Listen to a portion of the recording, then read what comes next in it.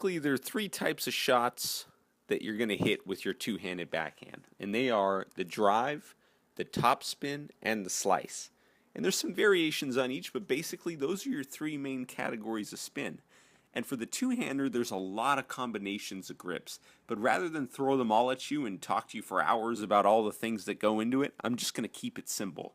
However, I will say if this grip doesn't feel comfortable for you and you're doing everything else in this course correctly, go ahead and adjust your grip until you find what allows you to hit with the most power, consistency, and comfort.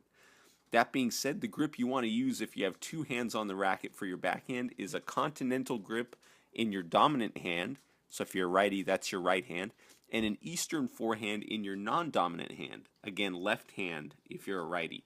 So for the right hand, you'll want your index knuckle or base knuckle on bevel number 2, and for the left hand, you'll want that same knuckle on bevel number 7. Reason being, it's the most comfortable hold to have a vertical racket face at contact, which as you'll see later is key to success. And hey, we got a continental hand in the right when we want to go to a slice. Incidentally, when you choose to slice the ball, the continental grip is the grip you want to use. Reason being, we'll comfortably have a slightly open racket face at contact, which is very important for the slice to be effective.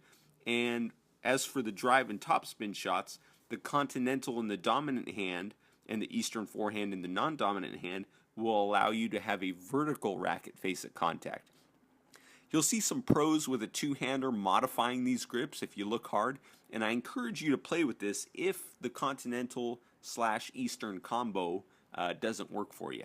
But I've worked with a ton of players, and this seems to be what works for most people, and this is where I'd start off if you're going with the two-hander. We'll talk more about this, but again, I recommend going to one hand when you slice the ball rather than leaving two hands on the racket, because you'll have greater range of motion and you'll look better on the court. Nothing wrong with that, right?